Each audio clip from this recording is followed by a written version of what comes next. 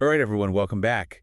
Today's deep dive is going to be pretty fascinating stuff, I I think. think so too. We're diving into the world of presidential inaugurations. Bet. And you guys sent in a ton of material on this, Yeah. from like historical accounts of inaugurations Mhm. to global comparisons of different like ceremonies around the world. It's really Yeah, fascinating. and I'm ready to get my mind blown here. I have a feeling these ceremonies are way more I think so. complex than they seem on the surface. Yeah, they are very multi-layered, for Yeah. sure. So there's a lot to unpack there. Yeah. Let's just start at the very beginning. Okay.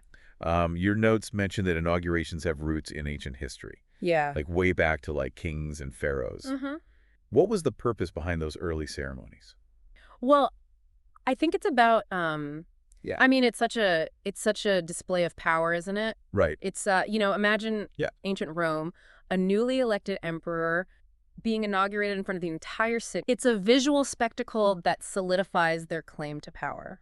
Yeah, and it's Yeah. interesting that the word inauguration itself Yeah. goes back to ancient Rome. Right. It comes Oh, from the sure. Latin inaugurare, Mm. meaning to consecrate or install after seeking omens. Right. So it's almost like a blend of politics and religion. Yes. Like they needed the blessing of the gods to truly rule. Exactly. And that connection to the divine, Yeah. that sense of ritual and tradition carries through to modern inaugurations, Right. even if we don't always consciously recognize it.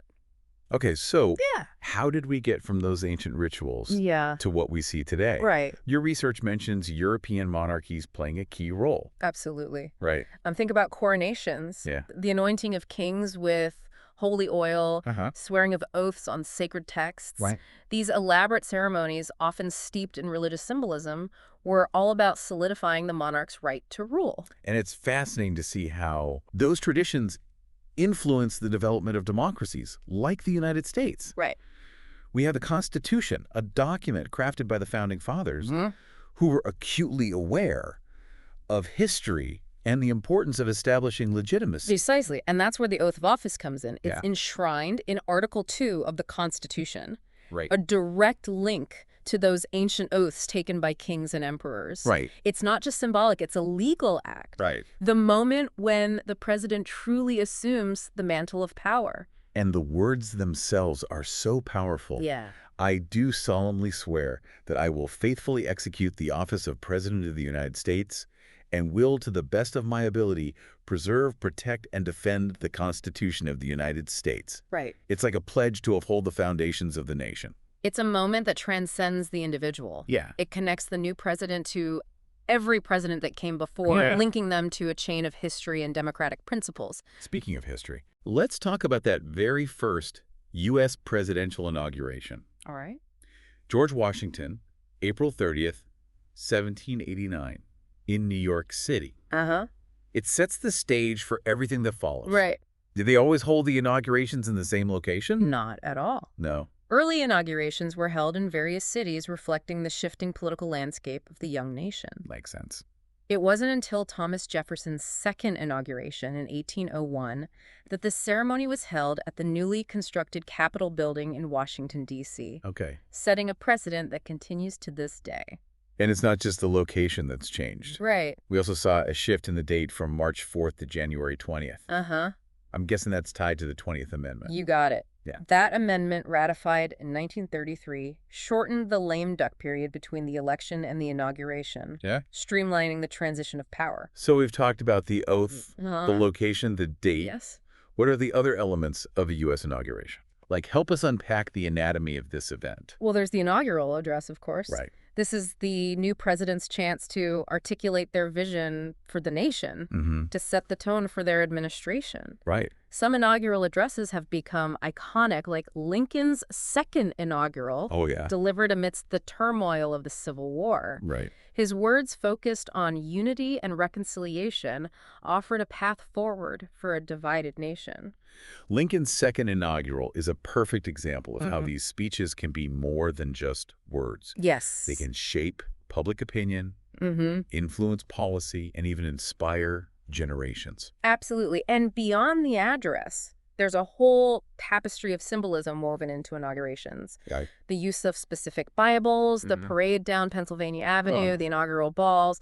These elements all contribute to a grand narrative. Okay, let's dive into that symbolism. Like, Great. what's the deeper meaning behind those elements? Well, let's... Like, take the Bible, for example. It's not just any Bible. You're right. Yeah. The choice of Bible often reflects the president's personal faith or seeks to connect with a broader historical narrative. Right. Lincoln used the same Bible for his first inauguration as Washington, Wow. drawing a direct line back to the founding of the nation. And the parade. Yes, It's more than just a celebratory procession, isn't it? it is. It's about showcasing the strength and diversity of the nation. Exactly. It's a visual representation of American democracy, Uh-huh. with marching bands, floats representing different states, Yeah. and even citizen groups participating. Right. It's a chance for people from all walks of life to be part of this historic moment. And let's not forget the inaugural bowls, Yeah, a tradition dating back to the very first inauguration. right.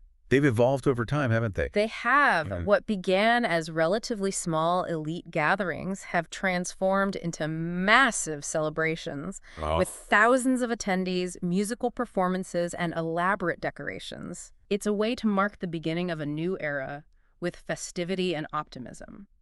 So we've seen how inaugurations have deep roots in history, but they've also evolved significantly over time. Yes. Your research highlights the impact of technology, All right. especially in the 20th century. Yeah, technology has revolutionized how we experience inaugurations. Uh-huh. Coolidge's inauguration in 1925 was the first to be broadcast on radio, Oh, wow. bringing the ceremony into homes across the nation. Right. And then Truman's inauguration in 1949 marked the beginning of the televised era, Cool. forever changing the way we witness this event. It's amazing to think about how those technological advancements shaped public perception. Yeah. Suddenly, millions of people could witness the inauguration firsthand, fostering a sense of national unity and shared experience. And that sense of shared experience has only intensified with the rise of the internet and social media. Right. Now people around the world can watch the inauguration live, share their thoughts and reactions, Right. and even participate in virtual events. Inaugurations have also mirrored broader social and political changes. Wow. Think about John F. Kennedy's famous line from his 1961 inaugural address. Okay. Ask not what your country can do for you. Ask what you can do for your country. Powerful words. That statement resonated deeply with a nation on the cusp of change, didn't it? It did. Yeah. Kennedy's words challenged Americans to embrace civic duty and engage in the political process. Right. It captured the spirit of a generation eager to make a difference. And speaking of landmark moments, Yeah. we can't overlook the historical weight of Barack Obama's election in 2008. Uh-huh. His inauguration as the first African-American president marked a turning point in American history. Absolutely. Yeah. Obama's election and inauguration shattered a centuries-old racial barrier, Right. signifying progress towards a more inclusive and representative democracy. Yeah. It was a moment of profound hope and inspiration for millions. So we've covered a lot of ground. From ancient rituals to modern spectacles. What's the state of inaugurations today? Well, What defines them in the 21st century? I think we're seeing a continued evolution. Right. Inaugurations are increasingly global spectacles with music, poetry, and cultural performances that reflect the diversity of the nation. Right. There's a greater emphasis on inclusivity and accessibility, making the event more representative of the American people. And of course, there's the heightened security. Right. A stark reminder of the challenges facing our world. True. Yeah. But even with those challenges, the core purpose of the inauguration remains the peaceful transfer of power, Right. the affirmation of democratic values, Uh-huh. and the symbolic beginning of a new chapter in the nation's story. Wow, that was truly a deep dive. It was. From ancient omens to live streams. Yeah. Who knew inaugurations had such a rich and fascinating history? It's amazing. It's incredible how these ceremonies, while steeped in tradition, continue to adapt and reflect our ever-changing world. I agree. And I'm left wondering, how will technology, Yeah. social movements, and evolving global dynamics shape the inaugurations of the future? Great question. That's something for all of us to ponder. For sure. Thanks for listening, everybody. Thanks. We'll see you next time. See ya. Bye. Bye.